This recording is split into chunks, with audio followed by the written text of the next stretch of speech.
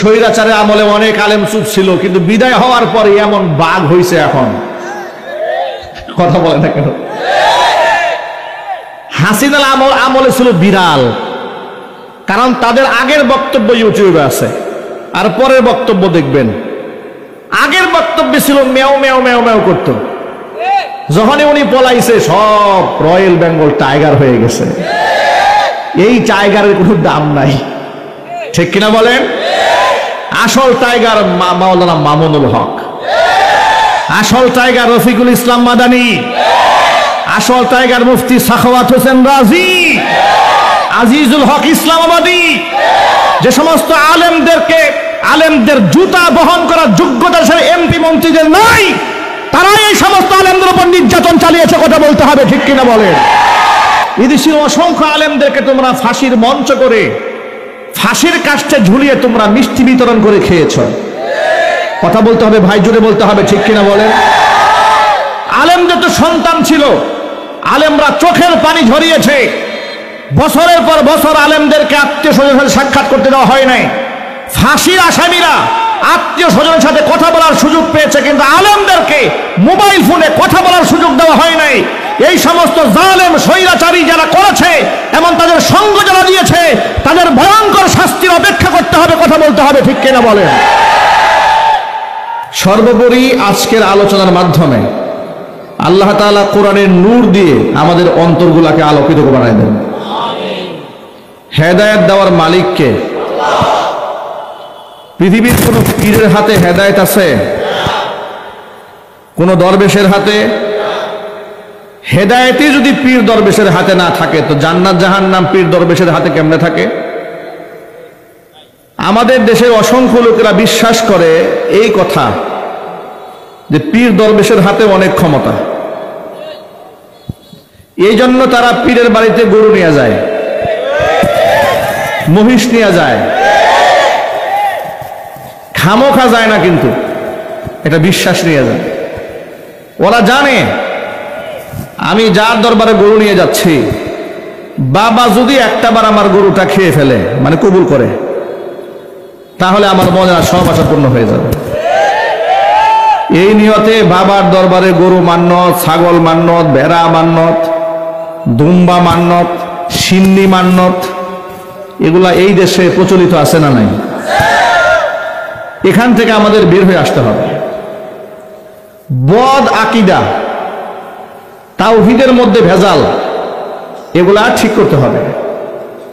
ঈমান যদি পরিশুদ্ধ না হয়, লা ইলাহা ইল্লাল্লাহ এই কথার তাৎপর্য যদি হৃদয়ের গভীর থেকে উপলব্ধি না করি, ভাষা তাওহীদ দিয়ে নামাজ পড়েও কোনো লাভ হবে না, সিজদা দিয়ে কোনো কাজে আসবে না। ঈমানের ক্ষেত্রে কোনো কম্প্রোমাইজ নাই। ঈমান এমন একটা প্ল্যাটফর্ম, অসংখ্য ঘটনা আপনারা শুনেছেন যে সাহাবীরা মৃত্যুদণ্ড গ্রহণ করেছেন, কিন্তু ঈমানের ব্যাপারে আপোষ করেননি। হযরতে বেলালকে পিটিয়েছে, রক্তাক্ত করেছে, মেরেছে, ঈমানের ব্যাপারে আপোষ নাই। সুবহানাল্লাহ বলেন। রোম সম্রাট আব্দুল্লাহ ইবনে হুযাফা রাদিয়াল্লাহু তাআলা আনহু সহ বিরাট একদল সাহাবীদের কাফেলাকে গ্রেফতার করে ফেলে। লুভনীয় প্রস্তাব দেয় আব্দুল্লাহ ইবনে হুযাফাকে, আব্দুল্লাহ, তুমি যদি আমাদের প্রস্তাবে রাজি হও, ইসলাম ধর্ম ছেড়ে খ্রিস্টান ধর্ম গ্রহণ করলে রোম সম্রাটের সুন্দরী মেয়ের সাথে তোমার বিবাহ দিয়ে দেওয়া হবে, রোম সাম্রাজ্যের অর্ধেক তোমার নামে লিখে দেওয়া হবে। তিনি লুভনীয় প্রস্তাব গ্রহণ করলে না, ঈমানের ক্ষেত্রে কম্প্রোমাইজ নাই। যখন দেখলো লুভে পা দেয় না, তখন ভয় দেখালো। ভয়টা কি? তেল গরম করা হলো, ফুটন্ত তেলে মুজাহিদিন কয়েকজনকে ছেড়ে দেওয়া হলো। মুহূর্তের মধ্যে তাদের গা থেকে গোশতগুলো আলাদা হয়ে হাড়গুলো ভেসে উঠল। শাহাদাতের অমীয় সোধা পান করে তারা জান্নাতের মেহমান হয়ে গেলেন। চোখের সামনে এমন ভয়াবহ দৃশ্য দেখার পরে আব্দুল্লাহ ইবনে হুযাফা রাদিয়াল্লাহু তাআলা আনহু এত বড় ভয়ানক দৃশ্য দেখার পরেও সিদ্ধান্তে অনড় এবং অবিচল। এবার আব্দুল্লাহ ইবনে হুযাফাকে টেনে রশি দিয়া বেঁধে ফুটন্ত তেলের সামনে হাজির করা হলো। এবার তার পালা, তাকে ফেলে দেওয়া হবে। ফুটন্ত তেলের সামনে দাঁড়িয়ে আব্দুল্লাহ ইবনে হুযাফা রাদিয়াল্লাহু তাআলা আনহু কান্নায় ভেঙে পড়লেন। রোম সম্রাটের সৈনিকরা মনে করেছে আব্দুল্লাহ মৃত্যুকে ভয় পেয়েছে, তা না হলে কান্দে কেন? হযরত আব্দুল্লাহর চোখের পানি দেখি সম্রাটের কানে তার আওয়াজ দিয়া দিল, রোমের সম্রাট, সম্ভবত আপনার প্রস্তাবে এবার আব্দুল্লাহ রাজি হয়ে যাবে। আব্দুল্লাহ ভয়ে কান্না শুরু করেছে। বলে তাই নাকি? বলে হ্যাঁ। তো আমার সামনে তাকে নিয়ে আসো। এবার আব্দুল্লাহ ইবনে হুযাফাকে সম্রাটের সামনে আনা হলো। সম্রাট বলল, আব্দুল্লাহ রে, তুমি বোধহয় আমার প্রস্তাবে রাজি। আব্দুল্লাহ ইবনে হুযাফা রাদিয়াল্লাহু তাআলা আনহু বলছেন, রোমের সম্রাট, আমার যে চোখের পানি এটা ভয়ের পানি না, এটা আমার আফসোসেরও পানি না। আমার মনের মধ্যে শুধুমাত্র একটা বেদনা অন্তরে আছে, সেই বেদনার জন্য আমি কান্না করি। এটা আমার মৃত্যুর ভয়ে কান্না নয়। কিসের কান্না তাহলে? আব্দুল্লাহ ইবনে হুযাফা বলেন, নবীজির মুখ থেকে শুনেছি একবার যদি কেউ স্বাভাবিক মৃত্যুবরণ করে কিংবা শহীদ হয়ে যায়, দুনিয়াতে আল্লাহ তাকে আর কোনোদিন ফেরত দেবে না। কিন্তু আজকে আমার একটা মাত্র জান আল্লাহ আমাকে দিয়েছেন। এই মুহূর্তে যদি আমার জীবনটা, একটা মাত্র জীবন আল্লাহর পথে শাহাদাত বরণ করে, আমার তো আর কোনোদিন দুনিয়াতে ফিরে আসা হবে না। আল্লাহর পথে আমি আর জীবন দিতে পারবো না। আল্লাহ রাব্বুল আমিন যদি আমাকে শতবার জীবন দিতেন, আল্লাহর সন্তুষ্টি কল্পে আমি আল্লাহর তাওহীদের জন্য, একত্ববাদ বিশ্বাস এ জমিনের মধ্যে প্রতিষ্ঠিত করার জন্য শতবার শত প্রাণ আমি এই ফুটন্ত তেলের মধ্যে সঁপে দিতাম। কিন্তু সেই সুযোগ তো আবার হবে না। আমি ওই আফসোসে কাঁদতেছি। যখন আল্লাহু আকবার। সাহাবায়ে কেরাম তাওহীদের ক্ষেত্রে, ঈমানের ক্ষেত্রে কোনো কম্প্রোমাইজ করেননি। এতে তারা শাহাদাত বরণ করেছে।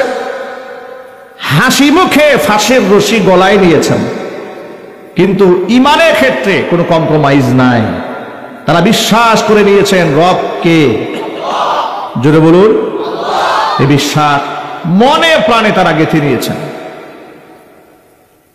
বিশ্বাস তারা এমন ভাবে গেঁথে নিয়েছিলেন, যেভাবে বিশ্বাস আনয়ন করেছিলেন, ঈমান আনয়ন করেছিলেন আসহাবুল কাহাফের গুহাবাসী সেই তরুণ প্রজন্মের লোকেরা। এই পৃথিবীতে ক্ষণে ক্ষণে তরুণ সম্প্রদায় এই দুনিয়াতে এমন এমন কিছু বিরল ঘটনা ঘটিয়ে দিয়েছে, বৃদ্ধরা যা করে দেখাতে পারে নাই, ইয়াং জেনারেশন তা করে দেখিয়েছে। ঠিক কিনা বলেন? যুগে যুগে আল্লাহ পাক এরকম কিছু তরুণ পাঠিয়েছে। হয়তো তারা দেশের জন্য লড়েছে, না হয় তারা ধর্মের জন্য লড়েছে। আল্লাহর নবী দুনিয়াতে আসার আগে এমন কয়েকজন তরুণ আল্লাহর উপর এমন ঈমান তারা আনয়ন করেছিলেন। তৎকালীন যুগের বাদশা ছিল একজন জালেম মূর্তি পূজারী বাদশা। সে ছিল তাগুত। নিজে শিরকি কর্মকাণ্ড করত, অন্যকে শিরক কর্মকাণ্ড করতে বাধ্য করত। বাদশার অধীনে যত মানুষ বসবাস করেছে, সকল মানুষদেরকে বাধ্যতামূলক মূর্তির সামনে সে মাথা নত করিয়েছে। জুড়ে বলেন নাউজুবিল্লাহ। কিন্তু তরুণগুলা বাদশার হুকুম মান্য করে মূর্তির সামনে মাথা নত করে নাই, কারণ তারা বিশ্বাস এনেছে কার উপরে? বাদশার কাছে রিপোর্ট পেশ করা হলো, জাহাপনা, আপনার সাম্রাজ্যের মধ্যে এমন কিছু যুবক আছে, এমন কিছু তরুণ আছে যে তরুণরা আপনার দেবতাকে দেবতা মানে না, আপনার রবকে রব মানে না, তারা ভিন্ন কোনো একজন রবকে রব মানে। বলে তাই নাকি? বলে হ্যাঁ, এদেরকে ধরে নিয়ে আসো। বাদশার দরবারে ধরে আনা হলো। যুবকদেরকে সামনে দাঁড় করিয়ে দিয়ে বাদশা বলল, যুবকেরা, তোমরা নাকি আমার রবকে, আমার দেবতাকে দেবতা মানো না? বলে না, মানি না। অথচ এই যুবকরা ভালো করে জানে বাদশার এমন জালেম বাদশা তার সামনে দাঁড়িয়ে সত্য কথা বললে কল্লা থাকবে না। কিন্তু আল্লাহর উপর ঈমানটা এত মজবুত ছিল, কোরআনে কারীম তাদের প্রশংসা করে ইতিহাস বলেছেন। আল্লাহ রাব্বুল আলামিন বলেন, ইন্নাহুম ফিতয়াতুন আমানু বিরাব্বিহিম ওয়া জিদনাহুম হুদা। তারা একদল বালক, আমানু বিরাব্বিহিম, তাদের রব আমি আল্লাহর উপর তারা ঈমান এনেছিল। ওয়া জিদনাহুম হুদা, ওদের হেদায়েত আমি আল্লাহ তাআলা বৃদ্ধি করে দিয়েছিলাম। চিৎকার যখন সুবহানাল্লাহ। ঈমান এমন শক্তিশালী করে দিয়েছিলাম, তারা যখন বাদশার সামনে দাঁড়ালো, ওয়ারাবাতনা আলা কুলুবিহিম ইয কামু ফাকালু রাব্বুনা রাব্বুস সামাওয়াতি ওয়াল আরদি লান নাদউয়া মিন দুনিহি ইলাহান লাকাদ কুলনা ইযান শাতাতা। বাদশার সামনে দাঁড়িয়ে বলল, লান নাদউয়া মিন দুনিহি ইলাহান রব্বুনা রব্বুস সামাওয়াতি ওয়াল আরদি। জালেম বাদশার সামনে দাঁড়িয়ে বলে, দেব দেবী এগুলো আমাদের দেবতা নয়, এগুলো আমাদের প্রভু নয়। আসমান ও জমিনের প্রতিপালক যিনি, তিনি আমাদের রব। তাকে বাদ দিয়া লান নাদউয়া মিন দুনিহি ইলাহান, তাকে বাদ দিয়া আমরা অন্য কাউকে মাবুদ হিসেবে ডাকতে পারি না। জোরে কোন সুবহানাল্লাহ। আপনাদের কি মনে হয় জালেমের সামনে দাঁড়িয়ে সত্য কথা উচ্চারণ করা কি সহজ কাজ? কথা বুঝেন নাই? জালেমের সামনে দাঁড়িয়ে সত্য কথা মুখে উচ্চারণ করা কি সহজ কাজ? বিগত স্বৈরাচারীর আমলে এই দেশে তারা যখন ইসলাম বিরোধী কর্মকাণ্ড খুব আনন্দের সাথে করেছে, ওই সময় এই দেশে সাধারণ মানুষ তো দূরের কথা, অনেক আলেমরা পর্যন্ত মুখ খুলতে সাহস পায় নাই। বক্তারা স্টেজে উঠেছে, তেলের ডিপু নিয়ে বসছে, তেলের খনি, সুদখোর ঘুষখোর লম্পট মিথ্যাবাদীদের প্রশংসায় পঞ্চমুখ হয়ে গেছে, ঠিক না? যাতে করে পরবর্তী বছরের দাওয়াতটা নিশ্চিত হয়, থানা থেকে ফোন টোন না আসে, কোন মাহফিলে যেন 144 ধারা জারি না হয়। আর যে বক্তারা জালেমের রক্ত চক্ষুকে ভয় করে জালেমের বিরুদ্ধে কথা বলেছে, তাদের মাহফিলে 144 ধারা জারি হয়ে গেছে। তারাই মিথ্যা মামলার সম্মুখীন হয়েছেন, তারা একেবারে বড় ধরনের আসামি, তাদেরকে বানানো হয়েছে জঙ্গি, মৌলবাদী, ঠিক কিনা? মানবতা বিরোধী। বয়স যদি হইতো বানিয়েছে রাজাকার, আমাদের মতো তরুণ হলে বানিয়েছে নব্য রাজাকার, দেশদ্রোহী, পাকিস্তানের পেটাত্তা। এগুলা আলেমদের জন্য বরাদ্দকৃত গালি, ঠিক কিনা বলেন? আর এগুলা, এই সমস্ত গালির প্রচার মাধ্যম ছিল প্রথম আলো এবং ডেইলি স্টার, 71 টেলিভিশন। 71 টেলিভিশনে ওই এক সাংবাদিক দম্পতি, কি ফারজানা না কি জানো, হ্যাঁ, এই দুজনে মিলে স্বামী স্ত্রী চিবিয়ে চিবিয়ে আলেমদের বিরুদ্ধে কথা বলতো। আহারে, কত আলেম বছরের পর বছর নিজের সন্তানকে চোখে দেখে নাই। কথা বলেন ভাই? স্ত্রীর সান্নিধ্য পায় নাই। স্ত্রীরা জীবিত থাকা অবস্থায় বিধবার মতো জীবনযাপন করেছে। মুফতি জসিমউদ্দিন রহমানী হাফিজাহুল্লাহ নাম শুনেছেন নিশ্চয়ই। তার স্ত্রী বিধবার মতো জীবনযাপন করে এক সময় তার স্ত্রীও তাকে ছেড়ে চলে যেতে বাধ্য হয়েছে, কারণ তিনি আদৌ কি ফিরে আসতে পারবেন কিনা নিশ্চয়তা ছিল না, শারঈ ওজর ছিল। স্ত্রী তাকে ছেড়ে চলে গেছে। আবার এই সমস্ত জুলমের মধ্যেও কিছু কিছু নারী ধৈর্যের উৎকৃষ্ট উপমা এই জমিনের মধ্যে প্রতিষ্ঠিত করেছেন। ওই বিডিআরের এক জওয়ান 16 বছর কারাগারে ছিলেন, মাত্র 14 দিন সংসার করেছে। কেমন নারী! 14 দিনের সংসার 16 বছর স্বামী ছাড়া কাটিয়েছে, কিন্তু সংসার ছেড়ে পালায় যায় না। গোটা নারী জাতের সম্মানটাকে অনেক উপরে উঠিয়ে দিয়েছে। যেই সমাজে ঘরের মধ্যে স্বামীকে রেখে নারীরা পরকিয়া করে বেড়ায়, সেই সমাজে একটা নারী স্বামীর জন্য 16 বছর অপেক্ষা করেছে। আল্লাহ পাক এই মাকে দুনিয়া এবং আখিরাতে অনেক বেশি সম্মানিত করুন, তার ঈমানকে আল্লাহ মজবুত করে দেন। পৃথিবীর সমস্ত নষ্টা ভ্রষ্টা মহিলারা তার কাছে যেন সবক নিতে পারে, শিক্ষা নিতে পারে, সেই তৌফিক আল্লাহ গোটা জাতিকে দান করে। জোরে কোন আমিন। আমার মনে আছে 2018 সালে আমাকে যখন কারাগারে নেওয়া হয়, তখন আমার বড় মেয়ে আদি বা জান্নাত জুয়াইরিয়া তখন ছোট্ট ছিল। 2018 সালে কারাগারে আমাকে যখন ও দেখতে গেছে, তা আমার খুব মনে চাচ্ছিল যে আমি যদি বাচ্চাকে একটু কুলে নিতে পারতাম। খুব আবেগ, জেলে থাকলে তো এমনিতেই মানুষ আবেগ আপ্লুত থাকে, সবসময় মন থেকে নরম। খুব মনে চাচ্ছিল যে বাচ্চাটাকে যদি একটু কুলে নিতে পারতাম, কিন্তু না, কারা কর্তৃপক্ষ বলেছে যে না, এটা আইনে নাই, কোনো আসামি বাচ্চাকে কুলে নিতে পারবে না। এমন নির্মম মানবেতর জীবনযাপন আমরা কারাগারে করেছি, আলেমরা করেছে, এদেশের দেশপ্রেমিক মানুষেরা করেছে।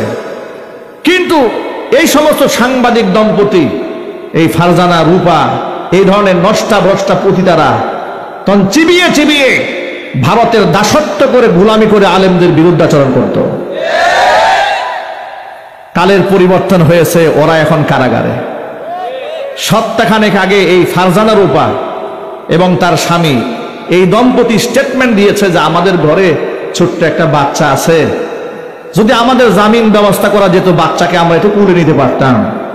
তোমাদের বাচ্চা বাচ্চা আর আলেমদের বাচ্চা বাচ্চা না। কথা বলেন না ভাই, ঠিক কিনা বলেন? এদেশের অসংখ্য আলেমদেরকে তোমরা ফাঁসির মঞ্চ করে, ফাঁসির কাষ্ঠে ঝুলিয়ে তোমরা মিষ্টি বিতরণ করে খেয়েছ। কথা বলতে হবে ভাই, জোরে বলতে হবে, ঠিক কিনা বলেন? আলেমদের তো সন্তান ছিল, আলেমরা চোখের পানি ঝরিয়েছে। বছরের পর বছর আলেমদেরকে আত্মীয় স্বজনের সাথে সাক্ষাৎ করতে দেওয়া হয় নাই। ফাঁসির আসামিরা আত্মীয় স্বজনের সাথে কথা বলার সুযোগ পেয়েছে, কিন্তু আলেমদেরকে মোবাইল ফোনে কথা বলার সুযোগ দেওয়া হয় নাই। এই সমস্ত জালেম স্বৈরাচারী যারা করেছে এবং তাদের সঙ্গ যারা দিয়েছে, তাদের ভয়ঙ্কর শাস্তির অপেক্ষা করতে হবে। কথা বলতে হবে, ঠিক কিনা বলেন?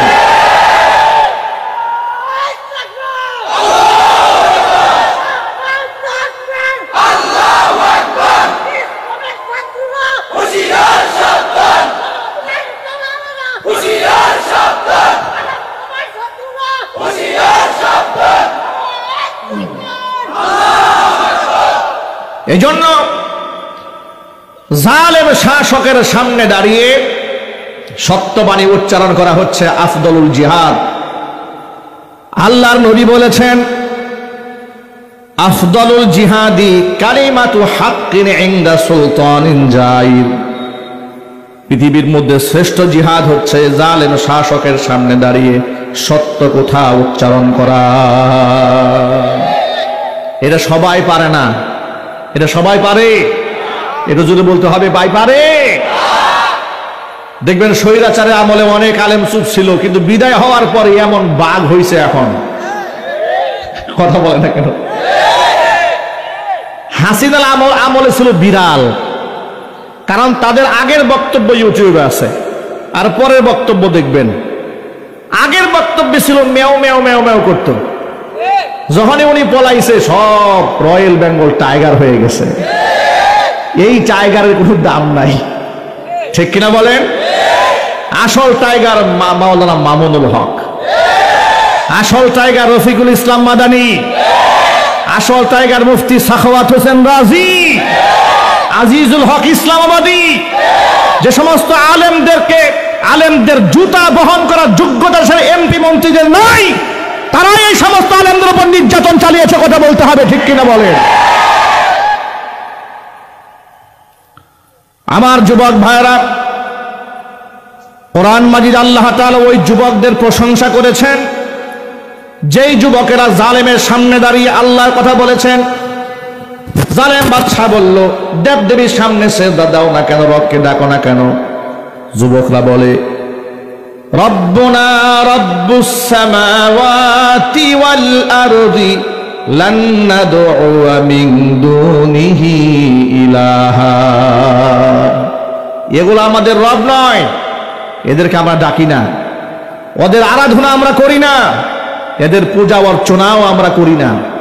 আমরা কার ইবাদত করি? আল্লাহ নামটা জোরে সোরে বলেন। আমরা একমাত্র আল্লাহর ইবাদত করি। লান নাদউ মিন দুনিহি ইলাহা, তাকে ছাড়া আমরা কাউকে ডাকতে পারি না, তাকে ছাড়া কারো ইবাদত করতে আমরা পারি না। লাকাদ কুলনা ইযান শাতাতা, তাকে বাদ দিয়া যদি আমরা অন্যকে ইলাহ বা মাবুদ মানি তাহলে তো আমরা মারাত্মক মিথ্যা কথা বলে ফেললাম, যেটা আমাদের দ্বারা কোনোদিন সম্ভব হবে না। বাদশা বলল, তরুণেরা, আমার সিংহাসনে তোমাদেরকে ডেকে এনেছি, আমার দরবারে ডেকে যদি এখন তোমাদেরকে আমি হত্যা করি, আন্তর্জাতিক আইনে এটা অপরাধ হয়। এমনকি এলাকার মানুষের আমাকে ভীতু এবং কাপুরুষ বলবে। নিজের দরবারে ডেকে এনে মানুষদেরকে আমি খুন করেছি। 1 সপ্তাহের জন্য তোমাদেরকে সময় দেওয়া হলো, আমার এই দরবার থেকে তোমরা বের হয়ে যাবে। সিদ্ধান্ত আমাকে জানাবে 1 সপ্তাহের মাথায় ধর্মান্তরিত হয়ে আমাদের ধর্মে তোমরা ফিরে আসবে। যদি ফিরে না আসো তাহলে পরবর্তী পদক্ষেপ গ্রহণ করা হবে। যুবকগুলা বাদশার দরবার থেকে বের হয়েছে। বের হওয়ার পরে মনে মনে ভাবল, এই মুহূর্তে যদি আমরা এলাকায় থাকি, বাদশা আমাদেরকে 2টা পদক্ষেপের যে কোনো একটা পদক্ষেপ নেবে। যদি ধর্মান্তরিত আমরা না হই তাহলে ওরা আমাদেরকে হত্যা করবে। আর ধর্মান্তরিত হওয়া তো সম্ভবই না। আমরা একমাত্র আল্লাহর গোলামি করতে চাই, দাসত্ব করতে চাই। প্রয়োজনে আমরা এলাকা ছেড়ে দেব, বাড়ি ঘর ছেড়ে দেব, কিন্তু আমরা আমাদের মনিবকে ছেড়ে দেব না। সুবহানাল্লাহ। প্রয়োজনে আমরা হিজরত করব, এলাকা ছেড়ে দেব, কিন্তু আমরা জালিমের সামনে মাথা নত করব না। যুবকগুলো অজানা গন্তব্যে রওনা হয়েছে। কোন দিকে যাবে কিছু খুঁজে পাচ্ছে না। 2 চোখ যেদিক যাচ্ছে যুবকরা যাচ্ছে, আর যুবকদের পেছনে পেছনে একটা কুকুর এদের পেছনে রওনা হয়েছে। কুকুরটাকে বারবার রেখে যাওয়ার জন্য চেষ্টা করেছে, কুকুর থাকে নাই, কুকুর পিছনে পিছনে রওনা হয়েছে। কোরআন মাজিদের মধ্যে আল্লাহ রাব্বুল আমিন বলেছেন, ও আমার হাবিব, এই সমস্ত ব্যক্তিরা ইদ আওয়াল ফিতিয়াতু ইলাল কাহফি ফাকালু রাব্বানা আতিনা মিন লাদুনকা রাহমাতাও ওয়া হাইয়্ লানা মিন আমরিনা রাশাদা ফাদরাবনা আলা আযানিহিম ফিল কাহফি সিনিনা আদাদা। চলতে চলতে লম্বা পথ পরিক্রমা পাড়ি দেওয়ার পরে ওরা সামান্যতম আশ্রয় গ্রহণ করলো পাহাড়ের গুহার ভিতরে। মনে মনে ভাবলো একটুখানি বিশ্রাম নিয়ে নেই। আর আমার কাছে দোয়া করে বলছে, রব্বানা, আমাদের রব, আতিনা মিন লাদুনকা রাহমাতান, তোমার পক্ষ থেকে আমাদেরকে রহমত দান করো। ওয়া হাইয়্ লানা মিন আমরিনা রাশাদা, আমাদের জন্য একটা সুন্দর রাস্তা বের করে দাও। এ কথা বলে ওরা কাইলুলা করার জন্য একটু শুয়েছে, একটু বিশ্রাম নিচ্ছে। আমি ফাদরাবনা আলা আযানিহিম, আমি এদের কানের মধ্যে ঘুমের মোহর লাগাই দিলাম। ফিল কাহফি সিনিনা আদাদা, গুহার মধ্যে বেশ কিছু বছরের জন্য আমি এদের কানের মধ্যে ঘুমের মোহর লাগালাম। মনে রাখবেন, মানুষ যখন ঘুমায় চোখ ঘুমায়, কিন্তু মানুষের কান ঘুমায় না, কান সজাগ থাকে। যার দরুন যখন আপনি সকালবেলা মোবাইল ফোনে অ্যালার্ম বাজে আপনার ঘুম ভেঙে যায়, কারণ কান সজাগ থাকে। ঠিক কিনা বলেন? কান ঘুমায় না। কান যখন ঘুমাবে মানুষ মরে গেছে মানুষ। আল্লাহ পাক বলেন, আমি এদের চোখের ঘুম দেই নাই, দিছি কিসের ঘুম? কান ঘুম পাড়িয়ে দিয়েছি। এমন ঘুমানো এরা ঘুমিয়েছে, চোখগুলো সবগুলোর খোলা। কুকুরটাকে বসাই দিয়েছে গুহার মুখে। দৃশ্যটা এমন বানিয়ে দিয়েছে, কেউ যদি এদেরকে দেখে, যে কেউ মনে করবে সবগুলা জাগ্রত, জেগে আছে। স্বাভাবিক অবস্থায় সবাই তাকিয়ে আছে, কিন্তু সব ঘুমে। নবী করিম সাল্লাল্লাহু আলাইহি ওয়াসাল্লামকে আল্লাহ পাক বললেন, ও আমার হাবিব, ওয়া তাহসাবুহুম আইকাযাও ওয়া হুম রুকুদ, আপনি যদি দেখতেন, আপনি ধারণা করতেন এরা সব জেগে আছে, কিন্তু একটাও জেগে নেই, সব ঘুমায় আছে। অনুকাল্লিবুহুম যাতাল ইয়ামিনি ওয়া যাতাশ শিমাল, এদেরকে কখনো আমি ডানে কখনো বামে, এদেরকে আমি পার্শ্ব পরিবর্তন করে দিতাম। লম্বা সময় শুয়ে থাকলে মাটি যেন দেহ খেয়ে না ফেলে। সুবহানাল্লাহ বলেন। وتحسبهم أيقاظا وهم رقود ونقلبهم ذات اليمين وذات الشمال وكلبهم باسط ذراعيه بالوصيد। এদের যে কুকুরটা ছিল, কুকুরটা গুহার মুখে লম্বা হাত সম্প্রসারিত করে দিয়ে শুয়ে আছে, হা করে তাকায় আছে। এক বিভৎস দৃশ্য আমি বানিয়ে রেখেছিলাম। ওই দৃশ্য যদি আপনি দেখতেন, লাবিত্তালাআতা আলাইহিম লাওয়াল্লাইতা মিনহুম ফিরারাও ওয়া লামুলিতা মিনহুম রুবা। যদি আপনি উকি মেরে সেই দৃশ্য দেখতে পেতেন, আপনি নিজে ভীত সন্ত্রস্ত হয়ে যেতেন, ভয় পেয়ে যেতেন। এভাবে ওদেরকে আমি ঘুম পাড়িয়ে রাখলাম। একদিন দুদিন নয়, এক সপ্তাহ দুই সপ্তাহ নয়, এক মাস দু মাস নয়, এক বছর দু বছর নয়, এক যুগ দুই যুগ নয়, এক শতাব্দী আর দুই শতাব্দী নয়, টানা 309 বছর গুহার মধ্যে আমি এদেরকে ঘুম পাড়িয়ে রাখলাম। জোরে জোরে বলেন সুবহানাল্লাহ। ওয়ালাবিথু ফি কাহফিহিম 300 সিনিনা ওয়াজদাদু 9। গুহার ভিতরে অবস্থান করেছে 300 বছর, আরো 9 বছর। যখন আল্লাহু আকবার। এত লম্বা সময় ঘুম পাড়ার পরে যে রাজা বাদশাহ যা ছিল, যাদের ভয়ে তারা পালিয়েছিল এলাকা ছেড়ে, এগুলা কি জিন্দা আছে একটাও? কথা বলেন না ভাই, জিন্দা থাকার কি কথা? বাদশাহ তো মরেছে, ওর নাতিপুতি আছে, ওর নাতিপুতি 14 গোষ্ঠী সহ মাটির নিচে মাদফুন হয়ে গেছে। ঠিক কিনা বলেন? ইতোমধ্যে এলাকার মধ্যে যিনি শাসক হয়েছেন, ইসলামের শাসক হয়ে গেছেন। কিন্তু 309 বছর পরে এরা যখন ঘুম থেকে জেগেছে, ঘুম থেকে জাগার পরে শরীর একটু দেখবেন একটু অতিরিক্ত ঘুমালেই মাতাল মাতাল লাগে, ঠিক না? ক্ষুধার উদ্রেক হয়। কোরআনে কারীম আল্লাহ বলছেন, ওয়াকাযালিকা বাআসনাহুম লিয়াতাসাআলু বাইনাহুম। আমি এদেরকে ঘুম থেকে জাগ্রত করলাম, এরা একে অপরকে জিজ্ঞেস করছে, কাম লাবিস্তুম, কতক্ষণ ঘুমালে?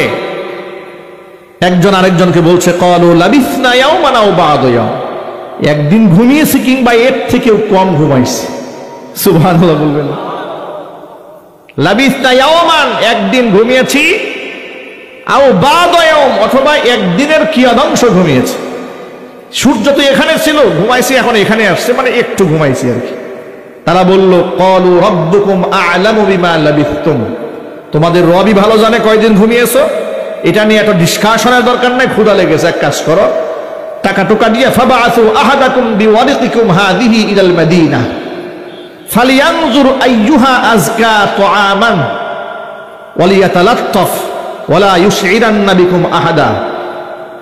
তারা বলল, এক কাজ করো, তোমাদের কাছে টাকা টুকা যেগুলো আছে এগুলা দিয়ে একজনকে বাজারে পাঠিয়ে দাও। তবে বাজারে যে ব্যক্তি যাবে সেজন্য অত্যন্ত সতর্কতার সাথে সেখান থেকে হালাল খাদ্য নিয়ে আসে। মুশরিকদের বাজার যেহেতু। আরেকটা বিষয় খেয়াল করবে, তোমাদের কেউ যেন টের না পায়, সতর্ক থেকো।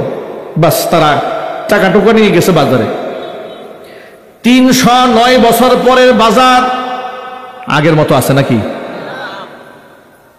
আরে শিশুকালে আমরা কি দেখেছি? আমাদের বয়স তো অনেক বেশি হয়ে যায় নাই, 40-এর নিচেই তো আছে এখনো, ঠিক না? 37-38 বছর বয়সে দেশের কত কিছু পরিবর্তন আমরা দেখেছি। এই যেখানে আমাদের বাবার বয়সে লোকেরা আছে, এই মহল্লার কত পরিবর্তন, উত্থান পতন তারা দেখেছেন, ঠিক না? পাকিস্তান পিরিয়ডের একরকম অবস্থা দেখেছে, দেশ স্বাধীন হওয়ার পরে একরকম দেখেছে, সর্বশেষ আওয়ামী জাহিলিয়াত তারা দেখলো। কথা বলেন, কি জাহিলিয়াত? 1500 বছর আগের লোকেরা দেখেছে আইয়ামে জাহিলিয়াত, আর এখন 21 শতাব্দীতে এসে লোকেরা দেখলো আওয়ামী জাহিলিয়াত। কথা ঠিক কিনা বলেন? আওয়ামী জাহিলিয়াত বলবো না তো বলবো কি বলবো? মাহফিল করতে গেলে আল্লাহর কথা বলবো, পারমিশন নিতে হয় কার কাছ থেকে? যে নামাজ পড়া ওর কাছ থেকে। কথা বলে না কেন ভাই? হিন্দু অফিসারের কাছ থেকে পারমিশন নিতে হয়েছে মাহফিলের। এর চাইতে তো কচু গাছের সাথে মুসলমানদের দড়ি দিয়ে মরা উচিত ছিল। অনেক দুঃখ লেগেছে মনে। হিন্দুর কাছে গিয়ে বলতে হয়েছে, স্যার মাহফিল করতে চায়, স্যারে খুব সেলসেলা অনুমতি দিয়ে দিবে নাকি? না, স্যারে বলে বক্তাকে, কয় রফিকুল ইসলাম মাদানী। না না, হবে না, এ তো সন্ত্রাস, গুন্ডা। কথা বলে না, না এই বক্তা হবে না। তো কোন বক্তা? স্যার মামুনুল হক সাহেবকে দাও। সর্বনাশ, একেবারে ইজ্জত প্লাস্টিক বানায় ফেলবে, চলবে না। উচ্চ বাচ্চ কথাবার্তা বলে, খালি লাফায়, হবে না, বাদ দিয়েছে। স্যার তাহিরি আসবে, এতক্ষণে ঠিক আছে বেটা, কথা বলেন, এতক্ষণে বক্তা সিলেকশন ঠিক আছে। এটা এমন এক বক্তা, যেই বক্তা জানেও না এই দেশে কোনো আলেমদের উপর নির্যাতন হয় কিনা। মাটির নিচ থেকে উঠে আসে আর উড়াল দিয়ে আসমান দিয়ে চলে যায়, জমিন সম্পর্কে কোনো খবর নাই। এসে যদি কিছু বলতে মনে চায়, তাহলে মমতাজ যে গানটা গাইছে ওটা একটু সুর দিয়ে বলতে পারে। কথা বলতে হবে, ঠিক কিনা বলেন? মমতাজের গান, বাউল সরকারের গান, আউল বাউল ফাউলদের গান, নাচানাচি কুটাকুটি, এই হচ্ছে ওয়াজ। হিন্দু অফিসার করে, এটা হলো আসল বক্তা। আমার কাজ হচ্ছে ইমান ধ্বংস করা, এর কাজ হচ্ছে ইমান ধ্বংস করা, এরকম বক্তা দরকার। যা তরুণ আওয়ামী জাহিলিয়াতের আমলে হক্কানে আলেমদের বহু জায়গায় মাহফিল বন্ধ হয়েছে, ভণ্ডদের একটা মাহফিল বন্ধ হয়নি। কথা বলতে হবে, ঠিক কিনা বলে? এই জন্য বলেছে আওয়ামী জাহিলিয়াত। এমন জাহিলি যুগ, যে জাহিলি যুগে ওয়াজ করতে বসলে এতগুলা শর্ত দিত, এই শর্তের ভিত্তিতে হুজুরকে ওয়াজ করতে হবে। স্টেজে বেনামাজি এসে বক্তাকে শাসিয়েছে, আয় আপনি এগুলো বলেন কেন? বলেন আছে না নাই? বক্তার সামনে থেকে মাইক কেড়ে নিয়েছে, লাঠি মেরে বক্তার সামনে থেকে মাইক ফেলে দিয়েছে, বক্তাকে স্টেজে অকথ্য ভাষায় গালিগালাজ করেছে। এগুলা কি সত্য না অসত্য? এগুলা কোন আমলের কথা? ১৫০০ বছর আগে। কোন আমলের কথা? আওয়ামী জাহিলিয়াতের আমলের কথা, ঠিক কিনা জোরে বলেন? এই আওয়ামী জাহিলিয়াতে যারা আলেমদের সাথে বিয়াদবি করেছে, এদের প্রত্যেকটার বিচার হওয়া উচিত। আপনারা কি একমত আছেন? বিচার হওয়ার দরকার নাই? নৌ পরিবহন মন্ত্রী, জুলাই আগস্টের গণহত্যাকারীর মাস্টার মাইন্ড, এই সমস্ত ব্যক্তিরা আদালতে হ্যান্ডকাপ করে তোলানো হচ্ছে। এরা বলে বিচারককে, মাননীয় আদালত, আমরা ৪-৫ বারের এমপি, আমাদের হাতে হ্যান্ডকাপ দিলে আমাদের প্রেস্টিজে লাগে, আমাদের একটা মান সম্মান আছে, আমরা বহুত বড় ইজ্জত আলী, আমাদের বহুত ইজ্জত আছে। আমার কলিজা ফেটে কান্না আসে খুবই দুঃখে। এদেশে কোরআনে কারিমের অসংখ্য হাফেজ আলেম, যাদেরকে হস্তকে স্পর্শ করে চুম্বন করা এই দেশের লোকেরা নিয়ামত মনে করে। আলেমদের মানুষ কপাল চুমা দিয়ে ধন্য মনে করে, আলেমের জুতা সোজা করে নিজেকে সৌভাগ্যবান মনে করে। এইরকম ব্যক্তি, এই সমস্ত আলেমদের পায়ে তোমরা ডান্ডা বিড়ি পরাও নাই লোহার? কথা বলেন না ভাই? গরুর রশি দিয়ে ওরা টানে নাই? আলেমদের মান সম্মান নাই? বরং আমি তো মনে করি যে সমস্ত আলেমদের পায়ে ডান্ডা বিড়ি ওরা লাগিয়েছে, ওই এক আলেমের জুতা আর আওয়ামী জাহেলিয়াতে আমলে সবগুলা মন্ত্রী এক পাল্লায় দিলে আলেমের পায়ের জুতার সমান হবে না। কথা বলেন, ঠিক কিনা বলেন? তো ইজ্জু মান তাশা ওয়া তুজিল্লু মান তাশা। ১৫০০ বছর আগে আল্লাহর নবীর একটা কথা শুনে রাখেন। আল্লাহর হাবিব বলেন, কুন আলিমান, সম্ভব হলে নিজে আলেম হয়ে যাও, আও মুতাআল্লিমান, অথবা আলেমের ছাত্র হয়ে যাও, আও মুস্তামিআন, ৩ নাম্বার, অথবা তুমি আলেমের শ্রোতা হও, ৪ নাম্বারে আও মুহিব্বান, আলেমকে ভালোবাসো, ওয়ালা তাকুনিল খামিস, ৫ নাম্বার হইও না, তাহলে তুমি ধ্বংস হয়ে যাবে, ফাতাহালিক। ৫ নাম্বার মানে হচ্ছে খবরদার তুমি আলেম বিদ্বেষী হইও না। পৃথিবীর ইতিহাস বলেছে, আসমান জমিন সাক্ষী, আলেম বিদ্বেষী হয়েছে যারা, লাঞ্ছিত অপমানিত হয়েছে তারা। তাকিয়ে দেখো সাবেক বিচারপতি কালামানিকের দিকে। আলেমের ফাঁসির রায় দিয়ে খুশিতে গদগদ, ঠিক না? টকশোতে এসে বলে আমি ওনাকে ফাঁসি দিয়েছি, খুব গর্বের সাথে বলেছে। মাসখানেক যেতে যা না যেতেই একেবারে ফকির মিসকিনের মতো কলা পাতায় শুয়ে পালাইতে গেছে। পাবলিক এমন পেদানি দিয়েছে। এই জন্য অ্যাডভোকেট তাজুল ইসলাম বলেছিলেন, প্রতিটি বিচারকের পেছনে বিচারপতি শামসুদ্দিন কালামানিকের এই ছবিটা কলা পাতায় শুয়ে পালাচ্ছে, এই দৃশ্যটা বাধাই করে বিচারকদের পিছনে ঝুলায় রাখা উচিত, যাতে বিচারক তার এজলাসে যাওয়ার সময় একবার ওই ছবি দেখে আরেকবার বিচারের কথা চিন্তা করে। কথা ঠিক নেবে ঠিক? সেই জন্য বিচার করার সময় চিন্তা করে এই চেয়ারের অবমাননা করলে, এই চেয়ারের আমানতের খিয়ানত করলে অবশ্যই বিচারপতি শামসুদ্দিন কালামানিকের মতো চোরের মতো কলা পাতায় শুয়ে ভিক্ষুকের মতো পালাতে হবে, কথা বলতে হবে, ঠিক কিনা বলে? অথচ আলেমদেরকে তোমরা বেইজ্জত করেছিলে, আলেমদের চোখে পানি পড়েছে, তখন আলেমদের অপমান হয় নাই, এখন তোমাদের মান সম্মানে লাগে। এই জন্য আমি অনেক মাহফিলে বলি, ওদের মান সম্মান আর শয়তানের মান সম্মান সমান সমান। শয়তানের কিন্তু একটা মান সম্মান আছে। কি আপনাদের কি মনে হয় শয়তানের ইজ্জত নাই? একটা হাদিস শোনায়, কষ্ট হচ্ছে আপনাদের? নবী মূসা কালিমুল্লাহ আল্লাহর সাথে কথা বলার জন্য যাচ্ছেন তুর পাহাড়ে। ইতোমধ্যে রাস্তায় শয়তানের সাথে দেখা হয়ে গেল। ইবলিস নবী মূসা কালিমুল্লাহকে ডেকে বলেন, আল্লাহর নবী মূসা, আল্লাহর কাছে যাচ্ছেন কথা বলতে। বলে, হ্যাঁ, আপনার কাছে আমার ছোট্ট একটা আবদার, আপনি আমার হয়ে আল্লাহর কাছে একটু জিজ্ঞেস করবেন, আমি যদি তওবা করতে চাই তাহলে আমার জন্য তওবার দরজা কি খোলা আছে নাকি? কে তওবা করতে চায়? আরো জোরে বলেন। শয়তান তওবা করতে চায়। মূসা কালিমুল্লাহ বলেন, ঠিক আছে, আমি আল্লাহকে বলবো তোমার জন্য তওবার দরজা খোলা আছে নাকি। আল্লাহ রাব্বুল আলামিনের সাথে কথোপকথন হয়ে গেল। আল্লাহকে দেখি নবী মূসা কালিমুল্লাহ বলছেন, রব্বুল আলামিন, আসার সময় শয়তানের সাথে দেখা হয়েছিল, তো শয়তান জানতে চেয়েছে তার জন্য তওবার দরজা কি খোলা আছে নাকি। আল্লাহ পাক বলেন, মূসা রে, ও তো তওবা করবে না। তিনি বললেন, আল্লাহ, সে জানতে চেয়েছে খোলা আছে নাকি, আর যদি খোলা থাকে সে রাস্তা তুমি বলে দাও, আমি তাকে বলে দেব। আল্লাহ পাক বলেন, হ্যাঁ, তার জন্য তওবার দরজা খোলা আছে। যে আদমকে সেজদা না করে আমার হুকুমকে লঙ্ঘন সে করেছিল, সে আদম তো এখন আর নাই, জমিন থেকে বিদায় হয়েছে। আদমের কবরে গিয়ে সেজদা দিয়া আমার কাছে সে যদি মাফ চায়, আমি শয়তানকেও মাফ করে দেব। মুসা আলাইহিস সালাতু ওয়াস সালাম নেমে এলেন, শয়তানের সাথে আবার দেখা। শয়তান বলল, আল্লাহর নবী মূসা, আমার কথা কি স্মরণ ছিল আপনার? আমার আবদারটা কি পূরণ করেছিলেন? বলে, নিশ্চয় করেছে। আল্লাহ কি বলেছেন? বলে, আল্লাহ বলেছে তোমার জন্য তওবার দরজা খোলা আছে। শয়তান বলল, তাহলে কেমনে তওবা করব?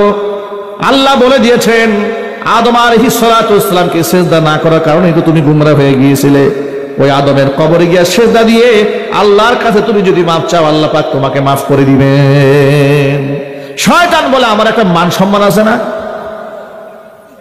আমি যে জিন্দা আদমরে সিজদা দেই নাই, এখন মরাটাকে সিজদা দেব, আমার কি একটু ইজ্জত নাই? শয়তানের যেমন ইজ্জত আছে, ওই রকম নৌ পরিবহন মন্ত্রী আর আওয়ামী জাহিলিয়াতের সবগুলা মন্ত্রী ওই রকম ইজ্জত আছে। কথা ঠিক নেবে ঠিক? জালেমদের সাথে কোনো আপোষ নাই, খুনিদের সাথে কোনো আপোষ নাই, আলেম বিদ্বেষীদের সাথে কোনো আপোষ নাই, ভারতের গোলামদের সাথে কোনো আপোষ নাই। আমার যুবক ভাইরা, এই তরুণেরা ঈমান রক্ষা করার জন্য পাহাড়ের গুহায় আশ্রয় গ্রহণ করেছিল। 309 বছর পরে ঘুম থেকে জেগেছে, বাজারে যাবে, বলল সাবধানে বাজারে যেও, খবরদার তোমাদেরকে কেউ যেন টের না পায়, টের পেলে কিন্তু টুকরা টুকরা করবে। বলে, ঠিক আছে। 309 বছর পরে বাজারে গেছে, বাজারের পরিবেশটা কেমন যেন আনকমন আনকমন লাগে, আবার ভয়ও আছে মনে, বাচ্চা যদি টের পেয়ে যায়। এই জন্য খুব আড়াল করে নিজেকে কিছু কেনাকাটা করেছে, টাকা পয়সা দিয়েছে দোকানদারের হাতে, দোকানদার টাকায় দেখে এ আজব টাকা, ঠিক না ভাই? এটা আজীব টাকা, কিসের টাকা এটা? এদিক সেদিক করছে। তার এই অবস্থা দেখে আর উদ্ভট আচরণ দেখে দোকানদার শঙ্কিত হয়ে গেছে, তার দিকে তাকে সেও শঙ্কিত হয়ে গেছে, মনে করছে বাচ্চার লোক মনে চের পেয়ে গেছে। এবার এক কথায় দু কথায় লোকজন জমা হয়ে গেছে। জমা হওয়ার পরে তিনি তার সমস্ত কথা খুলে বলতে বাধ্য হলেন। তখন দোকানদাররা বললেন, হ্যাঁ, আমরা তো আমাদের দাদার কাছে, পরদাদার কাছে এরকম একটা কাহিনী শুনছিলাম। সুবহানাল্লাহ বলবেন না? কাহিনী শুনছে কার কাছে? দাদার কাছে, পরদাদার কাছে কাহিনী শুনছিল যে এরকম একটা ঘটনা ঘটছিল, একদল লোক ঈমান রক্ষা করতে এলাকা ছাড়ছিল। সেই লোক আপনারা? বলে, হ্যাঁ, আমরা তো ছাড়ছিলাম। সে কবে কার কথা? আরে মিয়া, সে তো শত শত বছর আগের কথা। আল্লাহু আকবার বলেন। বাদশার কান পর্যন্ত আওয়াজ পৌঁছে গেল। বাদশা তাদের সাথে সাক্ষাৎ করার জন্য নিজেই পাগল হয়ে গেল। বাদশা তাদেরকে নিজের দরবারে দাওয়াত দিল। তারা দাওয়াত অ্যাকসেপ্ট করলেন না। তারা বললেন, না, আমরা পৃথিবী থেকে তো আগেই বিচ্ছিন্ন হয়ে গেছে, আমরা আমাদের মনিবের সান্নিধ্যে যেতে চাই। তারা গুহার মধ্যে অবস্থান করলেন। অল্প সময়ের ব্যবধানে সবগুলা তারা ইন্তেকাল করলেন। সেখানেই তাদেরকে কবরে মাদফুন করা হলো। সেখানে ইমারত নির্মাণ করা হলো, মসজিদ বানিয়ে দেওয়া হলো। চিৎকার দিয়ে এখন সুবহানাল্লাহ। ঘটনার ইতিহাস অনেক অনেক লম্বা। এখান থেকে শুধু আমি এই সবকটা এখানকার তরুণদের শিখাতে চেয়েছি। তরুণেরা যুগ যুগ ধরে পৃথিবীতে তরুণরাই ইতিহাস ঘটিয়েছে, কথা বলতে হবে ঠিক কিনা? তাদের তরুণদের বীরত্বের কাহিনী, ঈমান রক্ষা করার কাহিনী আল্লাহ কোরআনে সূরা কাহফ নাজিল করে, স্পেশাল একটা সূরা নাজিল করে বিশ্ববাসীকে ইতিহাস শিখিয়েছিলেন। জুলাই আগস্টের বিপ্লবেও এদেশে তরুণ প্রজন্ম এমন ইতিহাস গড়েছে, শত বছর সোনার অক্ষরে তরুণদের ইতিহাস লেখা হয়ে থাকবে। 1971 সালের ইতিহাস যেমন মুক্তিযুদ্ধের ইতিহাস রচিত হয়েছে, তাদের নামে যেমন সিনেমা হয়েছে, রচনা হয়েছে, অনুরূপভাবে 2024 সালের মুক্তিযোদ্ধাদের নামেও সিনেমা হবে। এমনকি মুক্তিযোদ্ধাদের নামে ইতিহাস তৈরি হবে। তারা হচ্ছে এই প্রজন্মের মুক্তিযোদ্ধা। যদি বলেন ঠিক কিনা? আর বিরুদ্ধাচরণকারীরা এই প্রজন্মের রাজাকার। ঠিক কিনা যদি বলেন? রাজাকারেরা এদেশে ইনশাআল্লাহ আর নেতৃত্বে আসতে পারবে না। কথা বলে না কেন ভাই? সাহস হারিয়ে ফেলেছেন, ভয় পেয়ে গেছেন? ইমানদারেরা ক্ষমতা আসবে ইনশাআল্লাহ বলেন। এদেশে কোরআন ক্ষমতা আসবে, ইসলামপন্থীরা ক্ষমতা আসবে। একেবারে রান্নাঘর থেকে জাতীয় সংসদ পর্যন্ত আল্লাহ রাব্বুল আলামিন কোরআন চলে যাবে। রাজি আছেন কারা? কারা দুহাত দেখতে চাচ্ছে? আল্লাহ কবুল করেন, জোরে কোন আমিন। চিৎকার দেখুন আল্লাহু আমিন। হাত নামান। প্রিয় ভাইয়ের আমার, শুধু বুঝাতে চেয়েছি ঈমানের ক্ষেত্রে কোনো কম্প্রোমাইজ চলবে না। এই জন্য বিশ্বাস রাখবেন, কোন পীর, কোন আলেম, কোন মাজার, কোন দরবার আমাকে হেদায়েত দিতে পারে না, এমনকি আমাকে জান্নাতের নিয়ে যেতে পারে না। আমাকে একমাত্র জান্নাত দেওয়ার মালিককে, জাহান্নামে দিয়ে দেওয়ার মালিককে, জাহান্নাম থেকে উদ্ধার করার একমাত্র মালিককে। একটু জোরে বলেন, হেদায়েতের মালিককে। সুতরাং তাওহীদ, একাত্মবাদের মধ্যে ভেজাল রাখা যাবে না। আল্লাহর নবী সাল্লাল্লাহু আলাইহি ওয়াসাল্লাম রাইসুল মুফাসসিরিন আব্দুল্লাহ ইবনে আব্বাস রাদিয়াল্লাহু তাআলা আনহুকে ডেকে বললেন, ইয়া গোলাম, ইদা সাআলতা ফাসআলিল্লাহ, যদি কিছু চাওয়ার প্রয়োজন হয় তো তুমি আল্লাহর কাছেই চাইবে। ওয়া ইদা ইসতাআনতা ফাসতাইন বিল্লাহ, যদি সাহায্য প্রার্থনা করতে মনে চায় তো আল্লাহর কাছেই তুমি সাহায্য প্রার্থনা করবে। এই কথা খুব ভালো করে মনে রেখো। পৃথিবীর সমস্ত মানুষ মিলে যদি তোমার কল্যাণ করতে চান, আর আল্লাহ যদি অকল্যাণ সাধন করতে চান, পৃথিবীর সমস্ত মানুষ মিলেও তোমার কল্যাণ করতে পারবে না। আল্লাহ যদি কল্যাণ চান, দুনিয়ার সমস্ত মানুষ মিলেও যদি অকল্যাণ সাধিত করতে চান, তাহলে আল্লাহর কসম করে বলি, পৃথিবীর সমস্ত মানুষ মিলেও তোমার একটা পশম উপড়াইতে পারবে না। কথা বলতে হবে ঠিক কিনা? ও যুবক ভাইরা আমার, এই জন্য এক বাক্যে জবাব দেয়া বলেন তো, সন্তান দেওয়ার মালিককে, রিজিক দেওয়ার মালিককে, ব্যবসায় বরকত দেওয়ার মালিককে, হায়াতে বরকত দেওয়ার মালিককে, ছেলে মেয়ের জাহান জাকাওয়াত বাড়িয়ে দেওয়ার মালিককে। এই কথাগুলো অন্তরে এমন ভাবে গাঁথবেন, জবাই করলে ওই বিশ্বাস থেকে দূরে সরা যাবে না। বলেন ইনশাআল্লাহ।